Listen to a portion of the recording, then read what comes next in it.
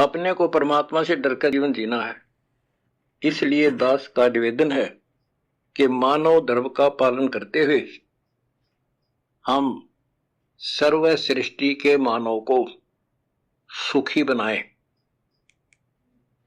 क्या कह रहे हैं गुरुदेव इस एआई वाली ऑडियो में जो आश्रम वालों ने बनाई है कि हम सर्व सृष्टि के मानव को सुखी बनाएं? क्या एक इंसान सर्व सृष्टि के मानव को सुखी बना सकता है? क्या है इंसान की औकात? बना सकता है? नहीं बना सकता। और अगर फिर भी ये लोग ठेकेदार बन रहे हैं तो गुरुदेव ने कहा कि सर्व सृष्टि का इंसान उस परमात्मा का बच्चा है, उसी मालिक की आत्मा है। और जब कोई इंसान दुखी होता है तो परमात्मा दुखी होता है। तो अगर तुम इतने बड़े दातार हो, इतने बड़े दानी हो, तो मेरे भाई वहां जाकर देखो, हमास में, गाजा में, फिलिस्तीन में, ये तो कुछ भी गरीब नहीं है जिनके तुम मकान बना रहे हो, जिनको तुम रोटी कपड़ा और मकान दे रहे हो। ये तो कुछ भी गरीब नहीं है। उनके घर छिन गए, उनके माता पिता मर गए, स्कूल नहीं जा पा रहे, रोटी के दाने दाने के लिए तरस रहे हैं। वहां उनको ढंग से पेट भर खाना खिलाने वाला भी कोई नहीं है। तो जाओ ना मेरे भाई, भारत सरकार से अनुमति लो। तुम तो धर्मी आदमी हो ना। और यहां इस ऑडियो में कहा गया कि सर्व सृष्टि उस परमात्मा के बच्चे हैं। तो तुम्हें ये परमात्मा के बच्चे ये गरीब हरियाणा में क्यों दिखाई दे रहे हैं? वो गाजा वाले क्यों नहीं दिखाई दे रहे? फिलिस्तीन वाले क्यों नहीं दिखाई दे रहे? वो भी तो परमात्मा के बच्चे, हमारे भाई बहन हैं, चाहे कोई किसी धर्म और जाति में क्यों ना है। अभी थोड़ी देर पहले इसी ऑडियो में बोला गया ना कि जीव हमारी जाति है, मानव धर्म हमारा, हिंदू मुस्लिम सिख ईसाई धर्म नहीं कोई न्यारा। हम मानव है इसलिए हमारा धर्म मानवता है। तो मानवता धर्म को दिखाओ भाई। ये फालतू में यहां लोगों को गरीब बना बना के वीडियो बनाने के चक्कर में, मान बढ़ाई के चक्कर में क्यों पैसा बर्बाद कर रहे हो? अरे गाजा में जाओ, हमास में जाओ, फिलिस्तीन में जाओ। जब उनकी हम बात करते हैं तो ये सतलोक आश्रम वाले कहते हैं सब अपना अपना कर्म भोग रहे हैं, जैसी करनी वैसी भरनी। तो इन हरियाणा वालों को भी भोगने दो, जैसी करनी वैसी भरनी। जबरदस्ती इनके मकान क्यों बना रहे हो? फिर तुम इनके घर में राशन क्यों पहुंचा रहे हो जो तुम्हारे से मांग भी नहीं रहे? और वो फिलिस्तीन वाले बेचारे रोजाना वीडियो बना बना के मांग रहे हैं। अरे वहां जाके मदद करो ना। अरे रोटी कपड़ा और मकान सबको देगा कबीर भगवान। तो फिलिस्तीन में कबीर भगवान के बच्चे नहीं रहते क्या? गाजा में, हमास में कबीर भगवान के बच्चे नहीं है? वहां के लोगों को भगवान रोटी कपड़ा और मकान नहीं देता क्या? क्या भगवान भी दोगला है?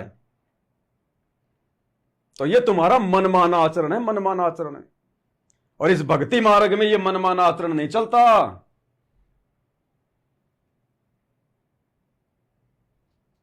करो सुखी, कहा जा रहा ना ऑडियो में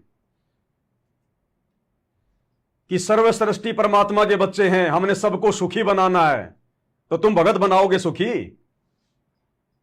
और फिर ये बातें करते हैं, जब मकान बनवाएंगे फिर उसकी छत पे चढ़ के वीडियो बनाएंगे, फिर कहेंगे देखो जी सुदामा ने तो सिर्फ श्री कृष्ण जी का एक मकान ही बनवाया था, सतगुरु रामपाल जी तो हजारों के मकान बनवा रहे हैं।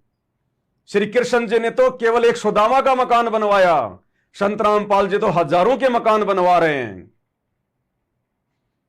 नालायकों, पहली बात तो यह कि वो मकान श्री कृष्ण जी ने नहीं बनवाया था, वो मकान भी इसी कबीर भगवान सतगुरु रामपाल जी ने बनवाया था, जैसा उस सुदामा का भाग्य था। और उस समय कबीर भगवान सतगुरु रामपाल जी ने श्री कृष्ण जी के रूप में अपने भक्तों के ज्योति पाठ और दान के पैसों के भरोसे वो मकान नहीं बनवाया था।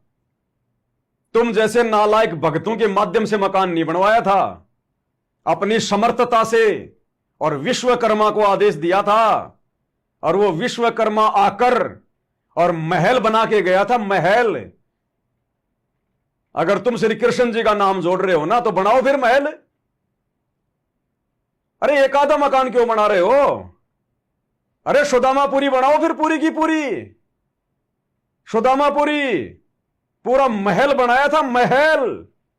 एक मकान नहीं बनाया तुम्हारी तरह, पूरा महल बनाया था विश्वकर्मा को आदेश देकर, और पूरी जिंदगी का राशन भर दिया था। तुम तो 15-20 दिन का राशन दे के आ रहे हो और उसका भी दिखावा कर रहे हो। चारपाई पे रख के ये तेल की बोतल, ये नहाने का साबुन, ये कपड़े धोने का साबुन, ये 10 किलो आटा, कितने दिन खाएगा वो 10 किलो आटा? श्री कृष्ण जी ने 10 किलो आटा दिया था क्या? एक तेल की बोतल दी थी क्या रिफाइंड की? पूरी जिंदगी का राशन दिया था, पूरी जिंदगी का। बनाओ ना वो महल, बनाओ वैसा, और दो पूरी जिंदगी का राशन भर दो उसके मकान में। तुलना कर रहे हैं, श्री कृष्ण जी ने तो एक सुदामा का जो है मकान बनाया था, मकान नहीं महल बनाया था, महल। और भक्तों को लूट लूट के नहीं बनवाया।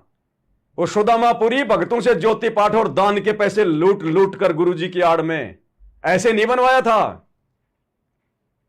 अपने बलबूते पर बनवाया था। उदाहरण देते हैं श्री कृष्ण जी का। पहले ज्ञान को ढंग से समझ लो, इन विशेष संदेशों को ध्यान से सुना करो जो हिसार जेल से आते हैं। मुक्ति बोध को, जिसमें सुदामा की कथा लिखी है, ध्यान से कभी पढ़ लेना। उस श्री कृष्ण जी के रूप में उस समय कबीर भगवान थे वहां, सतगुरु रामपाल जी। श्री कृष्ण जी ने नहीं बनवाई वो सुदामापुरी।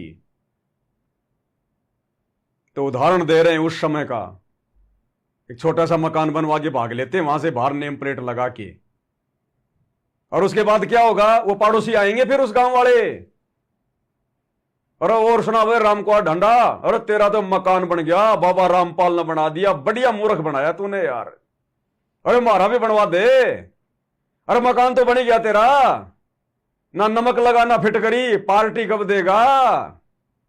अरे कब देगा पार्टी? और वो गांव वाले उससे दारू की बोतल तो ले ही लेंगे। कितना लाखों रुपए का मकान फ्री में बन गया, कम से कम एक दारू की बोतल तो ला दे। अब वो कौन सा भगत है भाई? वो तो एक की बजाय 2 लाख देगा। अब उसी मकान में बैठ के पिएंगे और हुक्का पाड़ेंगे। वो हुक्का तो हरियाणा में दादा लाई है, वो नहीं पीता होगा तो उसके पड़ोसी पीते होंगे और उसी मकान में बैठ के पिएंगे। तो ये मनमाना आचरण है, ये धर्म करने की विधि शास्त्र अनुकूल नहीं है, गुरुदेव के अनुसार नहीं है।